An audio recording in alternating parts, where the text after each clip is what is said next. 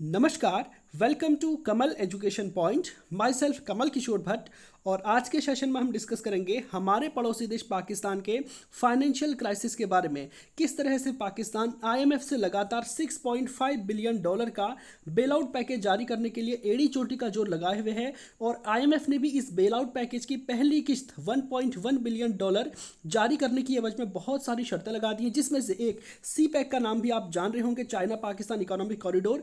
इसका भी नाम इस बेल आउट पैकेज को सैंक्शन करने की शर्त के रूप में आईएमएफ ने दिया है कि आप इसको रीनेगोशिएट करिए चाइना के साथ। इसके अलावा वो कौन कौन सी शर्तें हैं जो आईएमएफ ने लगाई हैं और जो पाकिस्तान के लिए बहुत बड़ी परेशानी का सबब बना है। आपको बताना चाहता हूं कि दुनिया का ऐसा कोई देश रह नहीं गया है आमतौर पर जिससे पाकिस्तान ने कर्ज न लिया हो। जो बड़े बड़े देशों की श्रेणी की अगर मैं आपको बताऊं जो पाकिस्तान से बड़े हैं, उनमें से कोई ऐसा देश आमतौर पर नहीं रह गया है जिससे पाकिस्तान ने कर्ज न ले लिया। इसी वजह से आपको बताना चाहता हूं मलेशिया, ये जो मलेशिया है ना, ये पाकिस्तान का बहुत अच्छा फ्रेंड था। कश्मीर मुद्दे को लेकर मलेशिया ने पाकिस्तान को हमेशा सपोर्ट किया है। और इसके अलावा भारत और पाकिस्तान के बीच में जब भी वॉर हुआ था तो मलेशिया ने भारत को क्रिटिसाइज किया है और पाकिस्तान का सपोर्ट किया है।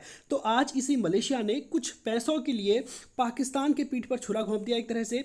पाकिस्तान सोचे कितना बड़ा इंटरनेशनल ह्यूमिलिएशन पाकिस्तान के लिए है कि सिर्फ 14 मिलियन रुपीस के लिए मलेशिया ने पाकिस्तान की जो फ्लाइट है उसी को सीधा अपने यहाँ पर सीज कर दिया। आपको बताना चाहता हूँ कि ये एक बोइंग विमान आप देख पा रहे होंगे। इस विमान का नाम है बोइंग 777, ठीक है, बोइंग 777 इस विमान का नाम है। ये जो विमान था ना, पहले इसने वियतनाम को बेचा था मलेशिया ने। तो मलेशिया ने लगभग मेरे ख्याल से 2005 के आसपास ये विमान बेचा था वियतनाम को, और 2015 तक जो है ये वियतनाम के पास रहा था। उसके बाद 2016 में जो है इसको पाकिस्तान को लीज पर दे दिया गया। और बहुत सारे पैसे, मतलब आप सोच सकते हैं कि लीज पर दिए तो ऑब्वियस सी बात है, फ्री में तो देंगे नहीं, कुछ ना कुछ पैसों की तो बात हुई होगी। तो पाकिस्तान ने 2016 में इस विमान को लिया था और इसका कुछ बहुत पैसा इसने जमा किया। और 2020 के बाद से पाकिस्तान ने अब तक इसकी एक भी किस्त नहीं भरी है, कुछ भी नहीं भरा है। तो इससे पहले 2 साल पहले एक बार पहले भी मलेशिया ऐसा कर चुका था कि तुम हमको हमारे पैसे दो और हम तब तुम्हारा विमान छोड़ेंगे। लेकिन उस समय पाकिस्तान ने गुहार लगाया कि ये पाकिस्तान इंटरनेशनल एयरलाइंस का फ्लाइट है और पाकिस्तान की इज्जत का सवाल है, हमारा जो विमान है इसे आप वापस कर दो, कोरोना काल चल रहा है, ठप पड़ी हुई इकोनॉमी। तो उस समय तो दे दिया था, लेकिन मलेशिया ने क्या किया है, एक बार फिर से पाकिस्तान इंटरनेशनल एयरलाइंस का विमान जो कि इनके यहाँ पर लैंड हुआ था, इसको फिर से सीज कर दिया है वहाँ की कोर्ट के आदेश पर। तो आप सोच रहे होंगे कि कोई बहुत बड़ी रकम नहीं है, केवल और केवल 14 मिलियन डॉलर की रकम है। लेकिन इतना भी पाकिस्तान के पास पैसा नहीं है कि वो उसको चुका सके और अपनी फ्लाइट को वापस से रिकैप्चर कर सके।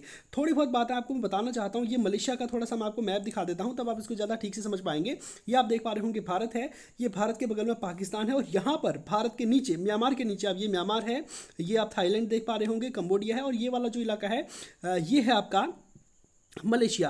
तो पाकिस्तान से विमान उड़ते थे, इस तरह से मलेशिया जाते थे। तो इसी मलेशिया ने पाकिस्तान के विमान को जो है अपने यहाँ पर बंदी बना लिया, बंदी नहीं बना लिया, ये मलेशिया ने ही इसको दिया था लीज पर, और ये अब ये पैसे नहीं दे पा रहा है पाकिस्तान, इसलिए मलेशिया ने अपने विमान को अपने कंट्रोल में वहाँ पर ले लिया और बताया है कि आप 14 मिलियन डॉलर का जो आपका पेमेंट है आप उसको करो, आपका विमान आपको वापस मिल जाएगा।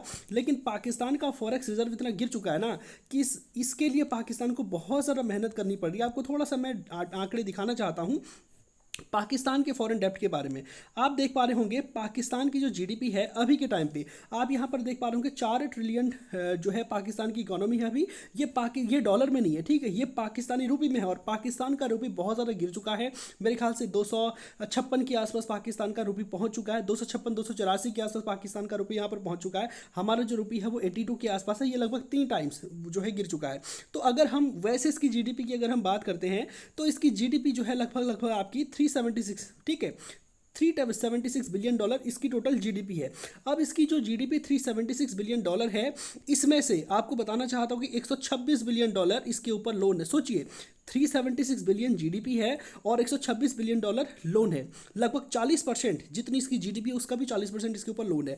और इसका फॉरेक्स कितना है, इसका फॉरेक्स है केवल और केवल 9.8 बिलियन डॉलर। बहुत ही बुरी स्थिति पाकिस्तान की। सोचिए किसी भी देश को अगर इंटरनेशनल ट्रेड करना है तो वो अपने फॉरेक्स से ही कर पाता है। अब देखिए 9.8 बिलियन डॉलर इसके पास फॉरेक्स है। फॉरेक्स में सिंपली क्या होता है कि जो डॉलर्स होते हैं, गोल्ड होता है, और जो ट्रेजरी बॉन्ड इत्यादि होते हैं अमेरिकन गवर्नमेंट के या फिर बड़े बड़े देशों के, यानी कि आईएमएफ की जो करेंसी, आईएमएफ की जो बास्केट है उसमें जो करेंसीज होती हैं वो करेंसीज में आपके पास होने चाहिए, उसी को फॉरेक्स बोलते हैं। तो पाकिस्तान का फॉरेक्स रिजर्व अपने सबसे न्यूनतम स्तर पर पहुंच चुका है 9.8 बिलियन डॉलर। अब देखो, अगर पाकिस्तान को किसी भी देश को लोन देना है तो यहीं से देगा, क्योंकि पाकिस्तान की करेंसी को तो कोई एक्सेप्ट करेगा नहीं ना, क्योंकि पाकिस्तान की करेंसी तो कब फॉल आउट हो जाए, कब दिवालिया हो जाए, किसी को पता नहीं है। इसीलिए दुनिया में जो एक्सटर्नल ट्रेड होता है वो इसी फॉरेक्स रिजर्व से होता है। तो पाकिस्तान को इस 9.8 बिलियन डॉलर में से अपने आवश्यकता के सामान तो खरीदने हैं, साथ में पाकिस्तान को 126 बिलियन डॉलर का लोन चुकाना है। सोचिए 9.8 बिलियन डॉलर इनके पास फॉरेक्स है और लोन इनको चुकाना है 126 बिलियन डॉलर। हालांकि 126 बिलियन डॉलर इनको अभी नहीं चुकाना है, इसकी अलग अलग किस्तें होंगी, लेकिन 2026 तक पाकिस्तान को 77 बिलियन डॉलर का लोन चुकाना है। अब पाकिस्तान को क्या है कि पैसा तो उसके पास जो फॉरेन करेंसी में केवल 9.8 बिलियन डॉलर है, 2026 तक लोन चुकाना है 77 बिलियन डॉलर, और अपने लिए सामान भी खरीदना है, अन्य देशों के साथ व्यापार भी करना। आमतौर पर हमारे देश में डॉलर्स कैसे आते हैं, अगर हमारे यहाँ की कोई एम्प्लॉय, या तो हम अपना सामान बेचें या फिर हम सर्विसेज बेचें।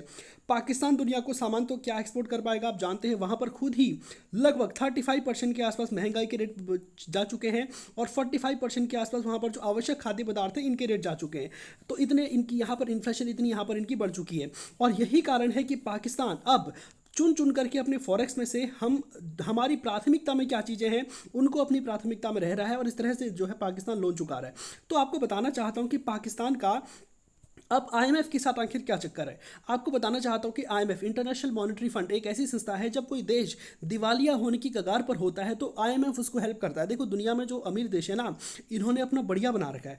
इन्होंने क्या कर रखा है कि हम तो किसी देश को बड़ा भी नहीं होने देंगे, तो ऐसा भी नहीं होने देंगे कि वो बिल्कुल भूखा मर जाए, क्योंकि अगर भूखा मर गया तो ऑब्वियस सी बात है वहाँ के देश में जो है अव्यवस्था उत्पन्न हो जाएगी, और वहाँ के लोग ऑब्वियस सी बात है हथियार उठा लेंगे। तो कहीं ऐसा ना हो जाए कि इन अमीरों के ऊपर वो चढ़ जाए। तो इसी से निपटने के लिए पूरी दुनिया ने, जो अमीर देश है, इन सब ने मिलकर के क्या बना रखा है, आईएमएफ बनाया है। ठीक है, ये आईएमएफ लोग जो दिवालिया हो चुके देश होते हैं उनको पैसे देता है ताकि वो अपनी इकोनॉमी को आगे बढ़ा सके। तो पाकिस्तान ने पूरा दुनिया में रिकॉर्ड बना दिया है कि पाकिस्तान अब तक 23 बार, ठीक है, आईएमएफ से गुहार लगा चुका है।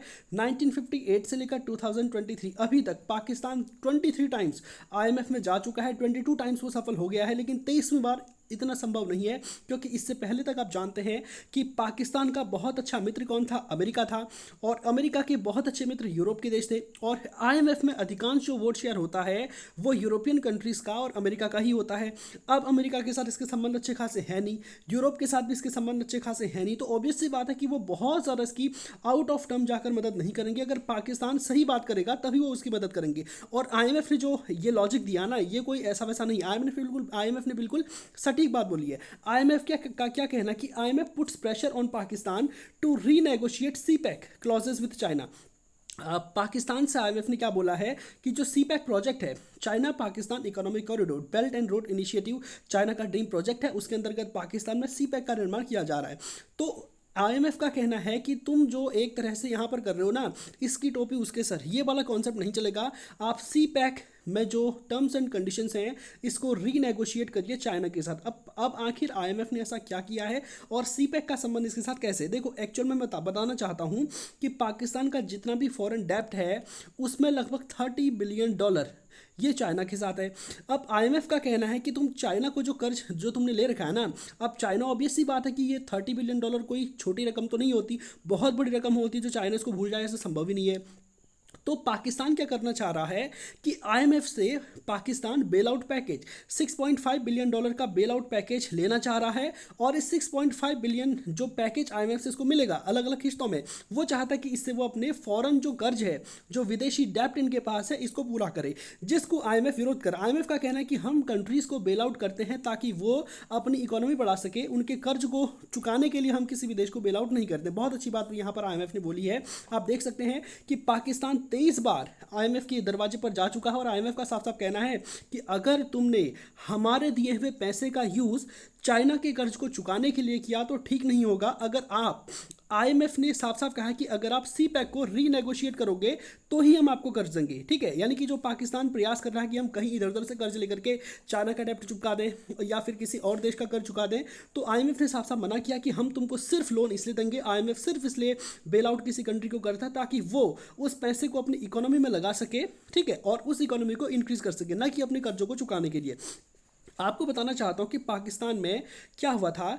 अभी हाल में क्या हालात है कि देखो, चीन का इनको 1.1 बिलियन डॉलर चुकाना है और इनके फॉरेक्स में केवल 9.8 बिलियन डॉलर, जिसमें से इनको सामान भी खरीदना है अपने देश के लिए और लोन भी देना। तो पॉसिबल तो है नहीं, जब तक अगर आईएमएफ से हेल्प नहीं करेगा तो पॉसिबल तो है नहीं। अब यहाँ पर चाइना ने एक बहुत अच्छा गेम खेला। चाइना ने क्या किया ना, सी पैक प्रोजेक्ट के नाम पर पाकिस्तान में बहुत सारा पैसा निवेश कर दिया।